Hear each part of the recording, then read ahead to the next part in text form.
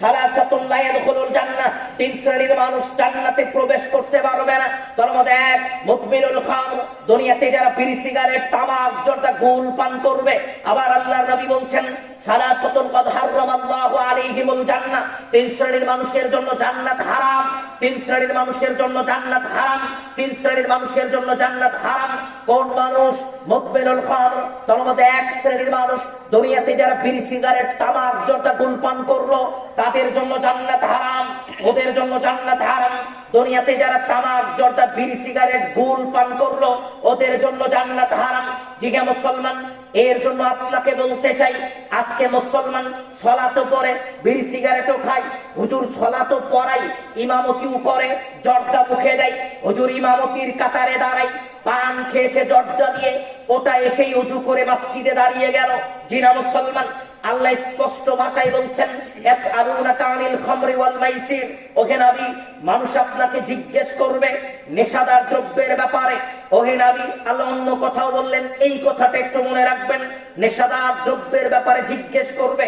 আপনি বলেন কুল ফিহিমা ইসমুন কাবীর, এটা হচ্ছে বড় ধরনের কবিরা গুনাহ, এটা হচ্ছে বড় ধরনের কবিরা গুনাহ। বিড়ি সিগারেট তামাক জর্দা গুল পান করা বড় ধরনের কবিরা গুনাহ। মাকরু বলে আপনাকে যেটা বোঝানো হচ্ছে তা ইসলামের কোন পরিভাষায় নয়। আপনার হুজুর জর্দাকে মাকরু বলে নিল, আর আপনার হুজুর মসজিদে দাঁড়িয়ে আপনাকে বলল বিড়ি সিগারেট খাওয়া হারাম। যেটা মুসলমান, হুজুরের ওই জর্দা খাওয়া হারাম, এটাও আপনাকে মনে রাখতে হবে। যে হ্যাঁ, আপনাকে বলতে চাচ্ছিলাম বিড়ি সিগারেট তামাক জর্দা গুল দিয়ে আমাদের সমাজের অধিকাংশ মানুষ সে তার দিন অতিবাহিত করে, সে তার সময় অতিবাহিত করে। আজকে মানুষ এটাকে পাপ মনে করছে না, আজকে মানুষ বিড়ি সিগারেটের সাথে সম্পৃক্ত থেকে সে তার দিন অতিবাহিত করে। ও মুসলমান, একটা হাদিস আপনার জানা অতীব জরুরি। রাসূল সাল্লাল্লাহু আলাইহি ওয়াসাল্লাম কয়েকবারে একই কথা বললেন, মান শারিবাল খামর, দুনিয়াতে কোন মানুষ নেশাদার দ্রব্য পান করলো, ফাইন তাবা তাবাল্লাহ, আল্লাহকে বলল আল্লাহ আজকের পূর্বে তো বুঝতে পারিনি বিড়ি সিগারেট খেয়েছি, আল্লাহ বলবেন তোমাকে ক্ষমা করা হলো। আবার কিছুদিন পরে আবার বিড়ি সিগারেট খেলো, আবার আল্লাহকে বলল আল্লাহ আবার ভুল করেছি, আবার বিড়ি সিগারেট খেয়েছি, আল্লাহ আবার তাকে ক্ষমা করবেন। আবার কিছুদিন পরে বিড়ি সিগারেট খেলো, আবার আল্লাহকে বলল আল্লাহ আবারও ভুল করেছি, বিড়ি সিগারেট খেয়েছি। এরপরে আল্লাহর নবী বলছেন ওই মানুষটা যদি তওবা করা অবস্থায় মারা যায় আর তাহলে জান্নাত ক্ষমা আল্লাহ করে দিবেন। কিন্তু যদি তওবা না করে মারা যায় দাখলান নার, আল্লাহ তাকে সরাসরি জাহান্নামে প্রবেশ করাবেন। আবু দারদা রাদিয়াল্লাহু আনহু قال, আবু দারদা রাদিয়াল্লাহু আনহু বলছেন قال রাসূলুল্লাহ সাল্লাল্লাহু আলাইহি ওয়াসাল্লাম, রাসূল সাল্লাল্লাহু আলাইহি ওয়াসাল্লাম বলছেন লা ইয়াদখুলুল জান্নাহ মুদমিনুল খামর, নেশাদার দ্রব্য যে পান করলো আল্লাহ তাকে জাহান্নামে পাঠাবেন, কোনো সন্দেহ নাই। আবু হুরায়রা রাদিয়াল্লাহু আনহু قال, আবু হুরায়রা রাদিয়াল্লাহু আনহু বলছেন قال রাসূলুল্লাহ সাল্লাল্লাহু আলাইহি ওয়াসাল্লাম, রাসূল সাল্লাল্লাহু আলাইহি ওয়াসাল্লাম বলছেন অত্যন্ত জটিল কথা, কাবিদিল ওয়াসান মুদমিনুল খামর কাবিদিল ওয়াসান, বিড়ি সিগারেট তামাক জর্দা যে খেলো একজন হিন্দু মূর্তি পূজা করে যে পাপ করে, একজন মুসলমান বিড়ি সিগারেট খেয়ে সমপরিমাণ পাপ করে। কথা অনেক জটিল। আবার আপনাকে বলি, একজন হিন্দু মূর্তি পূজা করছে, মূর্তি পূজা করে যেই পাপ করলো আর আপনি বিড়ি সিগারেট খেয়ে সমপরিমাণ পাপ করলেন। আল্লাহ নবী এটাই বলছেন, মূর্তি পূজা করলে যেই পাপ হয় বিড়ি সিগারেট খেলে সমপরিমাণ পাপ হয়। আমি আপনাকে বোঝানোর চেষ্টা করছিলাম ভাইজান, অনেক হাদিস আয়াতে আল্লাহ এটাকে নিষেধ করেছেন, স্পষ্ট ভাষায় অনেক নেককারজনক কথা বলেছেন। আজকে আমরা এটাকে গুরুত্ব দিচ্ছি না। ও মুসলমান, বিড়ি সিগারেট খাওয়া অবস্থায় যদি কেউ মারা যায় তাহলে ওই মানুষটার স্পষ্ট জাহান্নাম, এই কথা আল্লাহর নবী বললেন। এই কথাটুকু আপনাকে বুঝতে হবে। এবার আরেকটা কথা, যেই কথাটা শুনলে আপনি লজ্জাও পেতে পারেন ভাইজান। আনাবি উমামা রাদিয়াল্লাহু আনহু قال, উমামা রাদিয়াল্লাহু আনহু বলছেন, এই হাদিস বলার পূর্বে আপনাকে একটা হাদিস বলি। আর ইবনে আব্বাস রাদিয়াল্লাহু আনহু قال, ইবনে আব্বাস রাদিয়াল্লাহু আনহু বলছেন রাসূল সাল্লাল্লাহু আলাইহি ওয়াসাল্লাম বলছেন ইন্নাল্লাহা হারামাল খামর, আল্লাহ নেশাদার দ্রব্য মুসলমানের উপরে হারাম করেছেন। ওয়াল মাইসির, জুয়া খেলা মুসলমানের উপরে হারাম করেছেন। এক মিনিট, ও যুবক ভাই তোমাকে লক্ষ্য করে বলতে চাচ্ছিলাম, আজকে অনলাইনের জুয়ায় অধিকাংশ মানুষ আসক্ত, অধিকাংশ যুবক আসক্ত।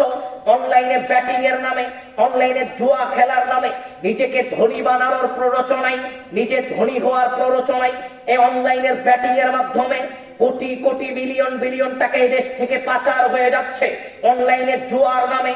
আমাদের যুবকেরা, আমাদের সমাজের মানুষেরা নিঃস্ব হয়ে যাচ্ছে, ঘরে বসে থেকে জুয়া খেলছে, মোবাইলে জুয়া খেলছে, কেউ বুঝতে পারে না।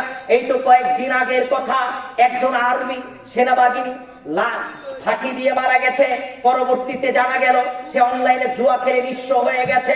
যার কারণে এই কথা যখনই মনে হয়েছে, নিজে ফাঁসির দড়িতে ঝুলে মৃত্যুবরণ করেছে, আত্মহত্যা করেছে।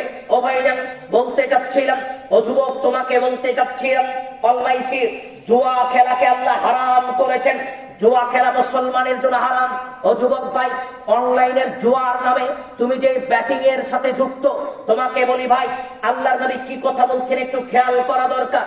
আবু হুরায়রা রাদিয়াল্লাহু আনহু قال, আবু হুরায়রা রাদিয়াল্লাহু আনহু বলছেন, قال রাসূলুল্লাহ সাল্লাল্লাহু আলাইহি ওয়াসাল্লাম, রাসূল সাল্লাল্লাহু আলাইহি ওয়াসাল্লাম বলছেন, একজন মানুষ যদি তারাও ওকামিলতা, অন্য একজন মানুষকে যদি ডাকে, আমি ভাইজানকে বললাম, ভাইজান আমরা সন্ধ্যাবেলায় সকাল 9টায় তাকে ফোন করেছি, সন্ধ্যাবেলায় আমরা জুয়া খেলবো, আমরা বাজি ধরবো, বলেছি সকাল 9টায় খেলবো আমরা সন্ধ্যাবেলায়।